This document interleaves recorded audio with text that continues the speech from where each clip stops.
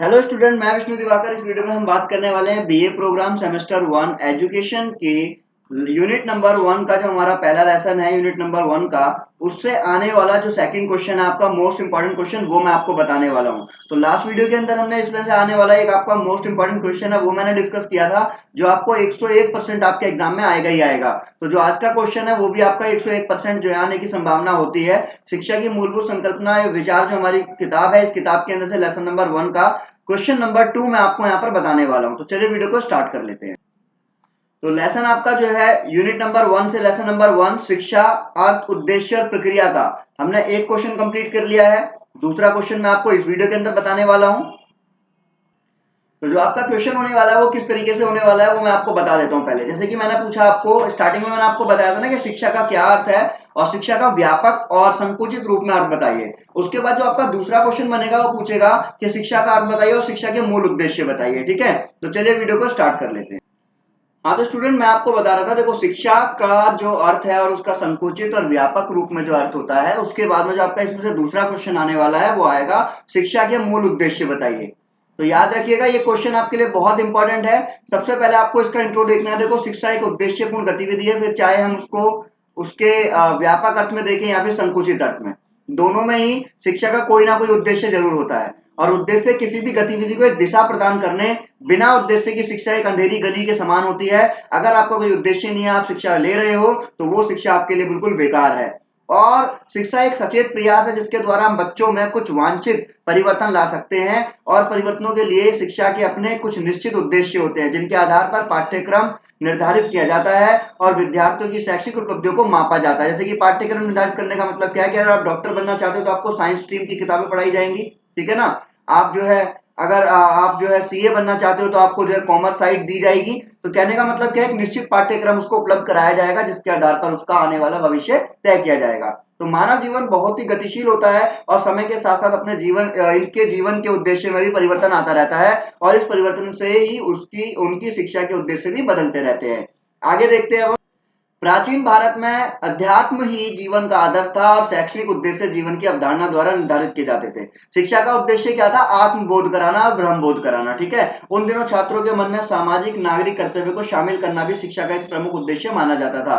आज के टाइम पर क्या हो रहा है कि नागरिकों को कर्तव्यों के बारे में समझाना बहुत बड़ी बात हो गई है, परंतु पहले क्या होता था, पहले गुरुकुल हुआ करते थे जहां पर माँ बाप अपने बच्चे को छोड़ दिए जाते थे और फिर उसके बाद में उसको सारी शिक्षा वहां से ही प्रदान की जाती थी। मध्यकालीन युग के दौरान धर्म ही जीवन और समाज का मुख्य मार्गदर्शक माना जाता था।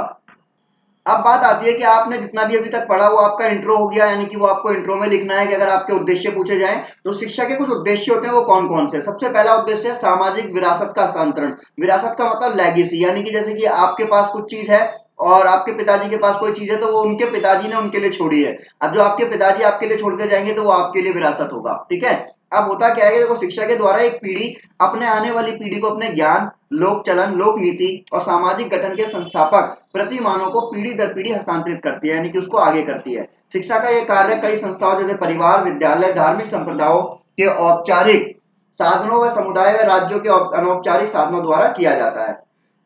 दूसरा, अगर हम बात करें शारीरिक विकास, तो शिक्षा का एक और महत्वपूर्ण उद्देश्य होता है शारीरिक विकास। अरस्तु के अनुसार स्वस्थ शरीर में स्वस्थ मन का निर्माण होता है और स्वस्थ मन का निर्माण ही शिक्षा कहलाती है।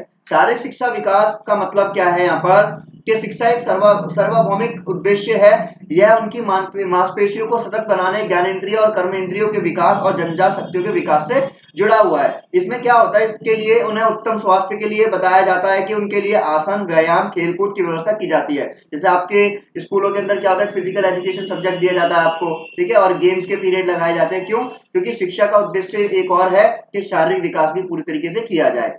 उसके बाद हम बात करें मानसिक विकास, तो देखो मेंटल डेवलपमेंट की बात करें तो शिक्षा एक बहुत ही महत्वपूर्ण उद्देश्य होता है। ये शिक्षा का एक महत्वपूर्ण उद्देश्य माना जाता है जिसमें बच्चों के विचारों के आदान प्रदान, यानी कि जो भी वो कन्वर्सेशन करते हैं, जो भी वो आदान प्रदान करते हैं बातों को, भाषा का ज्ञान और वस्तु जगत और अध्यात्म जगत को जानने के लिए अलग अलग विषयों का ज्ञान प्रदान करना, ये मानसिक विकास के लिए जरूरी है। यह शिक्षा बच्चे के मानसिक विकास में सहायक होती है और इसके विकास के लिए बच्चों को खुद से सीखने के अवसर दिए जाते हैं, जिसमें उसकी मानसिक शक्तियां, जैसे कि उसको सोचने समझने की, उसी चीज को परीक्षण यानी कि निरीक्षण करने की, तर्क यानी कि जैसे बोलते हैं लॉजिकल चीजों को लॉजिक लगाने की, और कल्पना, इमेजिनेशन करना, उस पर थिंकिंग करना, मनन करना, निर्णय लेना, ये सारी की सारी चीजें इसके अंदर आती है। उसके बाद में आपका इसमें पॉइंट आता है कि सामाजिक विकास। अब बच्चा क्या है, समाज में रह रहा है, तो समाज में उसको विकास करने के लिए, यानी कि समाज में उसको किससे किस तरीके से बर्ताव करना है, कैसा व्यवहार रखना है, तो ये भी शिक्षा से ही मिलता है। ये बात तो एकदम स्पष्ट है कि कोई भी व्यक्ति सामाजिक संदर्भ के बिना ना तो रह सकता है और ना ही आगे बढ़ सकता है,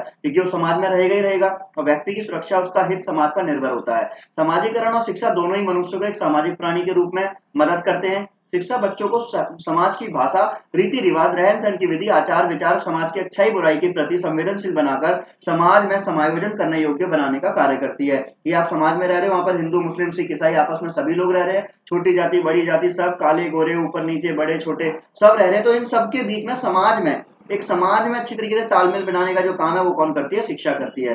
तो जैसे बोलते हैं ना, एक योग्य सामाजिक प्राणी बनने के लिए बच्चों के मन में प्रेम, सहयोग, सहानुभूति और आदि भावनाओं का विकास करना भी जरूरी है। उसके बाद अगर हम बात करें यहाँ पर, तो इसका आपका नेक्स्ट टॉपिक, आपका जो नेक्स्ट पॉइंट आता है वो आता है आपका नैतिक और चारित्रिक विकास। अब देखो, एक बच्चे के अंदर ना नैतिक और चरित्र का विकास भी बहुत जरूरी है। बताया गया है कि नैतिक शिक्षा और चरित्र निर्माण दोनों का संबंध मनुष्य के संपूर्ण आचरण से होता है। विवेकानंद जी और गांधी जी दोनों ने ही शिक्षा में चरित्र निर्माण पर जोर दिया है। बच्चों में नैतिक और चरित्र विकास का शिक्षा का एक प्रमुख उद्देश्य माना गया है। उसके बाद हम बात करें सांस्कृतिक शिक्षा का विकास। देखो, हर समाज की अपनी एक संस्कृति होती है। अब शिक्षा द्वारा लोग अपनी संस्कृति धरोहर को पीढ़ी दर पीढ़ी स्थापित करते हैं। जैसे हम बात करें, आज हम रामायण की बात करें, महाभारत की बात करें, या फिर अगर हम बात करें कि भाई जो मुहर्रम मनाया जाता है मुस्लिमों में, ठीक है, तो ये सब चीजें कैसे आई है, ये हमारे शिक्षा के अंतर्गत, यानी कि हम लोग शिक्षित है तो हम लोगों ने उन पुस्तकों का ज्ञान किया, हमने वो पुस्तकें पढ़ी, उसी के बाद से क्या हुआ, हमारी संस्कृति आगे से आगे बढ़ती चली गई। जैसे आज हमारे पिताजी ने हमें बताया, कल हम अपने बच्चों को बताएंगे। तो ये क्या हो रहा है, ये शिक्षा में सांस्कृतिक विकास, ठीक है। तो संस्कृति का विकास करने के लिए भी शिक्षा जरूरी है। व्यावसायिक उद्देश्य अगर हम बात करें, तो व्यावसायिक का मतलब बिजनेस।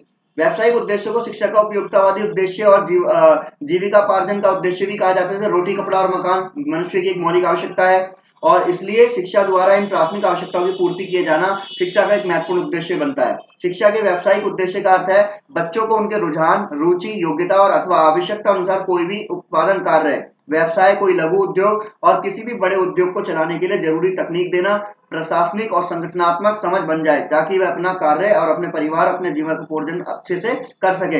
अगर आप शिक्षा का एक उद्देश्य और है कि व्यवसायिक विकास करे। व्यवसायिक विकास का मतलब क्या है, पढ़ लिख कर ये नहीं सिर्फ नौकरी करोगे, पढ़ लिख कर आप कोई व्यवसाय भी कर सकते हो, जिससे कि आप अपना और अपने परिवार का जो भी अपना जीविकापार्जन है उसे आप पूरा कर सकोगे, यानी कि जो रहने खाने की जो जितनी भी सुविधाएं होती है वो सब चीजें आप ला सकोगे। उसके बाद में आता है आपका नागरिकता एवं शासन तंत्र। अब नागरिकता शासन तंत्र की बात करें तो इसमें क्या बताया गया है कि किसी भी देश के नागरिक को वहां के नागरिक कर्तव्य, जिम्मेदारी को निभाना पड़ता है। जैसे अगर तिरंगा कहीं पे गिरा हुआ है तो आप क्या करोगे, उसे उठा दोगे। भारतीय मुद्रा अगर आपके वहां पे गिरी हुई है तो उस पर क्या पैर रख दोगे, नहीं रखोगे। क्यों? क्योंकि शिक्षा के माध्यम से ही आपको पता चला कि हमारे नागरिकता और शासन तंत्र की कुछ हमारे पास में कुछ चीजें हैं, यानी कि हम शिक्षित हैं और हम लोग इन सब चीजों को नहीं करेंगे। तो शिक्षा का उद्देश्य होता है कि बच्चों को इस तरह से प्रशिक्षित करें कि वह अपने सभी नागरिक कर्तव्यों और जिम्मेदारियों को अच्छी तरीके से समझ सकें। और इस तरह के प्रशिक्षण में बच्चों के कुछ गुणों जैसे कि अच्छी सोच, लिखने और बोलने की स्पष्टता, सामुदायिक जीवन जीने की कला और सहायता और सहनशीलता की भावना, देशभक्ति और विश्व नागरिकता भावना का विकास इसके अंदर शामिल है। तो आई होप आपको यूनिट नंबर 1 से पहला क्वेश्चन आपका जो था वो कंप्लीट हो गया। और ये दूसरा क्वेश्चन है आपका जो मैंने अलग वीडियो में बनाया है, जिस क्वेश्चन का नाम क्या है कि शिक्षा के उद्देश्य क्या है। तो पहले आपसे पूछेगा शिक्षा का क्या अर्थ है। शिक्षा का अर्थ हमने पहली वीडियो में क्लियर कर लिया था। आपको उसके अंदर से पूछेगा शिक्षा के उद्देश्य क्या है। तो आपके यही सारे उद्देश्य है, ये आपको लिख देना, जिसमें कि आपको पूरे नंबर मिल जाएंगे। Thanks for watching.